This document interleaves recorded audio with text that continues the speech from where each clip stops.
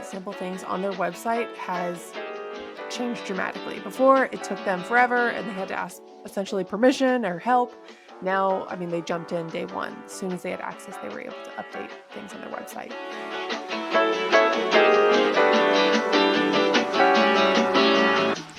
Welcome to the MediaBooks Podcast, the only place on the internet where creative accounting isn't a bad thing. Owning a virtual firm today means having a professional and modern online presence, and in this podcast, we talk about how to do just that. My name is Kristen Corey, and I'm the owner of MediaBooks, a media agency that provides creativity exclusively to accounting firms. And if you're an accounting firm owner, you're in the right place. Let's get into it. Hey everyone, and welcome to another episode of the MediaBooks Podcast. In this podcast episode, I am going to be introducing you to some awesome web design tools that are going to help you get more use out of your website. These are tools built for business owners, so you do not need to know coding or be super technical to use these. But first, I want to talk about a number cruncher that is doing marketing right. So every once in a while, I will talk about an accountant or person in the finance space that is killing it at marketing. And today I want to talk about money with Katie on YouTube. So in preparation, for this podcast episode, I was browsing for some marketing news that would be interesting to talk about for this segment. One of the platforms I pull from is Morning Brew. They do a lot of marketing news, but also some current event type news. And while I was scrolling, one of the articles caught my eye. 5 ways to make IVF more affordable. And if you're watching on YouTube right now, you can kind of follow along as I go through Morning Brew. You can kind of see that I'm also going to be talking some tech later on. This is kind of a new feature that we're doing and testing out. So if you're curious about the article or Morning Brew, a great place to kind of get some visuals is go to our YouTube channel. You can also find that in the show notes. But back to what I was saying. 5 ways to make more money, 5 ways to make IVF more affordable. And if you're unfamiliar, I spent 3 years trying to get pregnant with my husband. And last year we were successful with IVF. So it is something I am super interested in. Definitely, an article like this would definitely appeal to me. And so I checked out this article, and of course, it led me to her YouTube channel. I started scrolling through her episodes, and I just want to say she has nailed down her niche. I'm her niche. I am the perfect example of her niche, but it appears to be targeting women 24 to 40-ish, and you can clearly tell with her content that is who she's trying to attract. She talks about IVF. IVF is likely a very popular topic with this demographic, but some of her other episodes, why women are more likely to earn poverty wages, the 10 best money tips for your 20s and beyond, how to travel free in 2023. She even has a video called Why You Shouldn't Make Content for Everyone. And is that not the topic of this podcast episode or this little news segment? And here's the thing. So she's talking about money on her YouTube channel. That is kind of a topic she frequently comes back to. It's not necessarily a topic of every video, for example, why you shouldn't make content for everyone, but it has something similar to do with sort of the overarching subject of her channel, making money. If you have a similar niche, you can very easily talk about these same subjects and sell your accounting services, so bookkeeping and tax. She has 13.5 thousand subscribers, and she even talks about building a business. So I know many of you are reluctant to pick a niche, but her channel is an excellent example of picking a niche, doing it well, and attracting the customers that she likely wants to work with. Now, I don't think she sells accounting or tax services. I kind of checked her out a little bit, but there are still a lot of benefits to kind of approaching a niche or picking a niche. And I want to kind of illustrate that with her channel. The first is you can attract a specific client. I am certainly Katie's type of client, and her content drew me right in, so much so that I've made it kind of a segment on our podcast. And also, I mean, with this kind of content, you will stand out. If she offered accounting or tax services, there is no doubt she would have a steady flow of clients. She has over 13,000 subscribers. And I mean, her content is very specific. It is going to be very specific to that demographic that she's talking to. And no doubt they will come in and want to work with her because she has made such unique content. Also, you will have an easier time marketing your services. So her content, as I mentioned, it's super unique. I have also not seen anyone in the finance space talk about IVF, but it is a massive pain point with people in my sort of demographic. 1 in 5 couples, as she talks about in her previous video, will experience infertility. The cost of IVF is the biggest barrier. She talks about it being like over $12,000, being sort of like, I think she said the average or, the minimum cost. But it is such a popular topic for people with that demographic. And she talked about it and she brought me in. There's no doubt if you have a niche like this and you talk about a topic that is so specific to them that no one else in the space is talking about it, there is no doubt that you will draw people in. So out of all the things that we do at MediaBooks, designing websites is my favorite. I love the psychology that goes into building a website, the opportunities to get creative and try to build something no one has ever seen before. This is often where I get to know my clients super well. There's a lot of sort of collaborative energy that goes into this process. And part of this work is also providing you guys with a website you can actually use. So we only use Squarespace, and I'm going to talk about why in a little bit. But I have a marketing client who came to us recently with a website that was already built. It was really nice looking, but her prior web designer used WordPress. And if you have ever thought about building a website, you are probably familiar with WordPress. It is a great website builder. You can do a lot with it. You can build, crazy complex websites, but the caveat is that it can get super complicated real quick. So people that have used WordPress have come to me with issues like their theme expires and essentially their whole website is shut down because they have to start over. Or the plugins the designer used are so complex or niche or rare that they're not user-friendly. The accountant or the business owner doesn't know how to use them. They need help doing something so simple as like changing a little bit of wording on their website.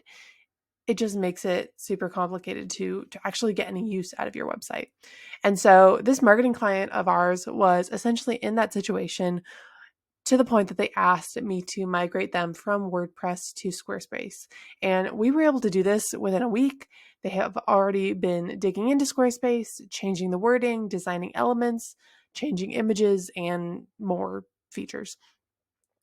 Now, I'm going to admit there is a learning curve like every platform, but their ability to update simple things on their website has changed dramatically. Before, it took them forever and they had to ask essentially permission or help. Now, they jumped in day one. As soon as they had access, they were able to update things on their website. And ultimately, this has allowed for a much more collaborative relationship that they can get even more what they want out of their website, and we can make sure that they get what they want. And I say all this to show that the tools that we work with are intentionally chosen so that you can understand what is going on with your website. We do not code websites or use special designer tools because that's only going to make you more reliant on us. And I want you to be able to love your website, use it, whether or not we work together in the future. If I only put together websites that you have to rely on us to use down the road, that just feels like shady business. And so here I want to talk about in this podcast episode some of the tools that I have recommended to my clients to help them understand their website better and to get more use out of their website so you can easily manage it yourself. Now, as I mentioned in our little, who we're checking out marketing wise, who's doing marketing really well, we are trying to add some visual elements to this podcast episode, testing it out. So if you want to actually go to YouTube, or later on you can go to YouTube and follow along, I'm going to be walking you through some of these tools, just kind of showing just their website. And so you can see a little bit of what they are all about. But the first one is Elfsight. Elfsight's whole premise is upgrade your website without coding. Essentially, you can add more premium features to your website with just a bit of copying and pasting. There is coding, but you are copying code and pasting it into your website. And it is a step-by-step process. It is so easy. I do not have any sort of professional education in coding. I've looked up a few tips here and there, but there are a ton of resources out there when it comes to coding where you can just copy and paste. This is one of them. And now, one of my favorite features with Elfsight is this menu that they have. And having, let me actually bring it up. It's a pricing table. And essentially what you can do is, have you ever seen like those nice SaaS products where they have like a sleek menu with like the price and then the features that you can or can include with each program or you can get rid of? You can create that for your website. It looks super sharp, tons of kind of walkthrough steps that make it really easy to kind of follow along. They also have premium features that you can add like Google reviews or chat plugins. So you can even build out your website even more. A lot of the features they do have, I will admit, are already included with a website platform like Squarespace, but you can certainly find, a few hidden gems if you kind of scroll through their little widget library. The second app that I want to talk about is Hotjar. This is a heat mapping tool that can help you better understand how people are interacting with your website. If you're unfamiliar with heat mapping, essentially what it is when someone visits your website, the app will record what they click on and like how much time they spend reading different posts or how quickly they scroll through content. They aren't recording like through your camera, they're recording your screen, and they can only record your specific website. So they're not like looking at your email. So it's just your website and just seeing how long people spent on it. Give you a quick example. A client of mine had a really nicely built website, but people were not really interacting with it. It's like they would just like pull up the screen, kind of look around, and like they weren't clicking on anything. She had a really high bounce rate and people never really seemed to reach out to her. So we added Hotjar and found that there were a few times where people were like clicking on images, they weren't clicking on buttons, or there were sections of her website that looked clickable but weren't. So when they were on her website, they would click on it and then nothing would happen. And they'd just be like, this is annoying. I'm just going to go somewhere else. And then they would leave.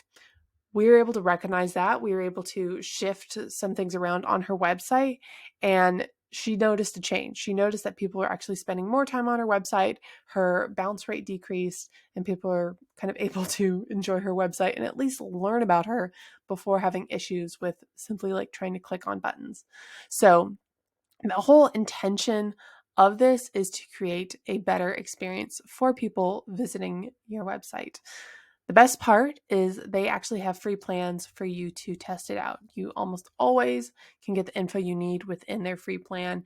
And, as with all these tools and apps, it is super easy to use and add to your website. The next app that I want to talk about is Flodesk. And if you've listened to me for any amount of time, you've probably heard me talk about Flodesk.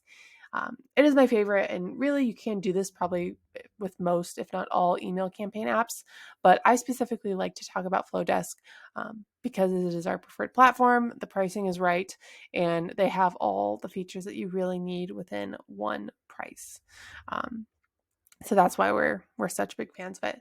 But whenever people submit a contact form, for example, on your website, whenever they download a lead magnet or they sign up for your newsletter, you want to collect that contact information. And most web design platforms, there's a way for you to connect that with your email campaign app. But what I like about Flodesk is that I can just keep it all in one platform.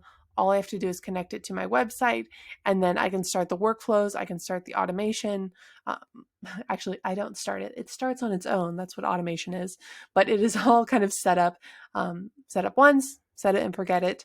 And so I can have pop-ups, forms, workflows, or I can segment out my audience and just have that easily set up in one place. If you don't have an email campaign app, Highly recommend checking one out. Flodesk is, as I mentioned, it's our preferred one. Some other popular ones include MailChimp. MailChimp is another, it's probably our second favorite best. There's other ones like HubSpot. You can kind of get all of our opinions on our website on that one, but I'll talk about that more at the end of the episode. But Flodesk is definitely a great one. They also recently released some advanced analytics. So while the analytics are more advanced, it is still super easy to digest their content. One of the best perks of Flodesk is that it is super user-friendly. It's pretty minimalist, but you can do really everything that you need in the platform without, getting too crazy. And the last sort of tech that I want to talk about is Squarespace. Now, at the beginning of the episode, I talked about a little bit why we chose it because, we want you to be able to use your website, obviously, after we hand it off to you. And if you are struggling with your website at all, building it, using it, updating it, I mean, heck, let's say like you haven't even looked at your website in months, so maybe finding your website has been an issue, you should seriously consider Squarespace. As I discussed earlier, we chose it because we believe it is the most user-friendly and provides you with the most professional and modern web design tools out there. Having said that, one of the biggest concerns that people have when I am switching them over to Squarespace is, will they be able to use all their old tech? So will they be able to use HubSpot, Flodesk, Dubsado, what have you, all their old plugins? We have never run into an issue with that. We've been using Squarespace since day one, and Squarespace allows you to embed all forms, coding blocks, and integrations, which accommodate every app I have come across. So, if you're hooked on WordPress because it does something that you aren't sure if other platforms can do, Squarespace probably does it, or there's probably a solution out there where you can easily just integrate it and it'll work just as well, personally, if not better. Lastly, the last thing I want to talk about is our app database. So I mentioned a lot of apps in this podcast episode, but I want to encourage you to kind of check out our whole database of apps. In our database, I talk about not just Flodesk, but I'll also talk about HubSpot, I'll talk about MailChimp, I talk about additional web design apps that can really, I'll actually bring up that page, that can really kind of help you build out your website. You can find our app database by going to MediaBooksAgency.com/app-database, or you can go to our website and under the resources tab, you can also find all these apps. But we break them down into different categories like branding. We talk about web design. If you're following along, you can kind of see these different categories. I have general marketing categories and business building. We talk about a ton. Stock photography, all those good things. And so I talk about them. I give a little bit of our opinion on them, whether they're a good app, whether they're our preferred app. And then through these links, some of them are affiliate links and some of them you can also get discounts on. For example, Flodesk, you can get 50% off for 1 year. So highly recommend going and checking that out. I will be sure to include that in the show notes so you can get on optimizing your own website.